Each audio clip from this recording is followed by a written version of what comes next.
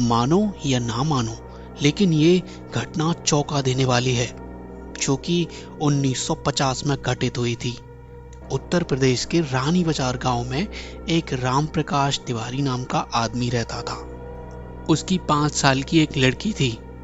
उसे कैंसर की बीमारी थी और उसका कई जगह इलाज कराने के बाद भी उसकी जान नहीं बच पाई। रात के 1 बजे उसकी मौत हो गई। उसी रात को एक दूसरे गांव में मोहिनी नाम की एक औरत की ट्रक से टकराकर मौत हो गई।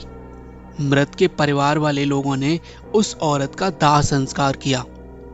दूसरी तरफ जब रानी बाजार में उस मृत लड़की को दफन करने के लिए जंगल जा रहे थे, अचानक रास्ते में उसके शरीर में कुछ हलचल हुई और वह उठ के खड़ी हो गई।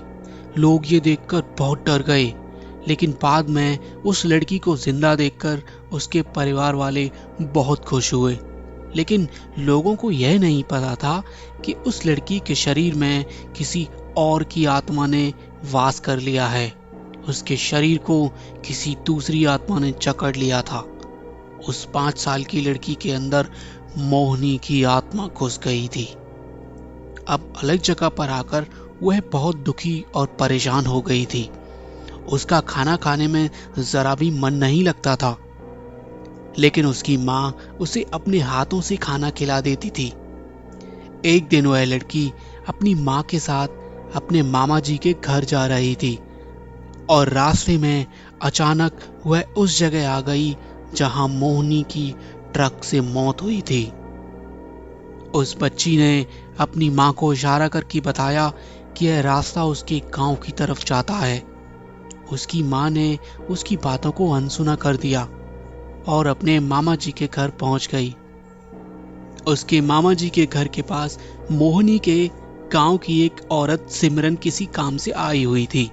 मोहिनी की आत्मा ने उसे तुरंत पहचान लिया और उसे आवाज देने लगी। सिमरन को लड़की के मुंह से अपना नाम सुनकर बहुत आश्चर्य हुआ।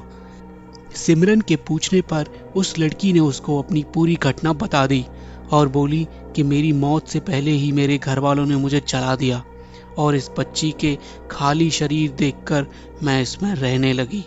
जब सिमरन ने यह बात सुनी तो उसने अपने गांव जाकर सारे गांव वालों को यह बात बता दी और उसका पूरा परिवार मोहिनी से मिलने आ गया।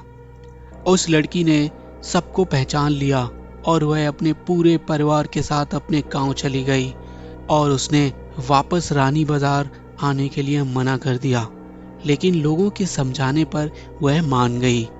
इस तरह वह दोनों परिवारों के साथ रहने लगी। इस कहानी से पता चलता है कि कभी किसी की अधूरी इच्छा पूरी न हुई हो तो उसकी आत्मा किसी और के शरीर में जा सकती है। अगर आप भी ऐसी कोई घटना जानते हैं या फिर आपके साथ ऐसी कोई घटना घटी है तो हमें अवश्य लिखें। हमारा जीमेल आईडी डिस्क्रिप्शन में मेंशन है। और आपको यह एपिसोड कैसा लगा कमेंट करके ज़रूर बताएं।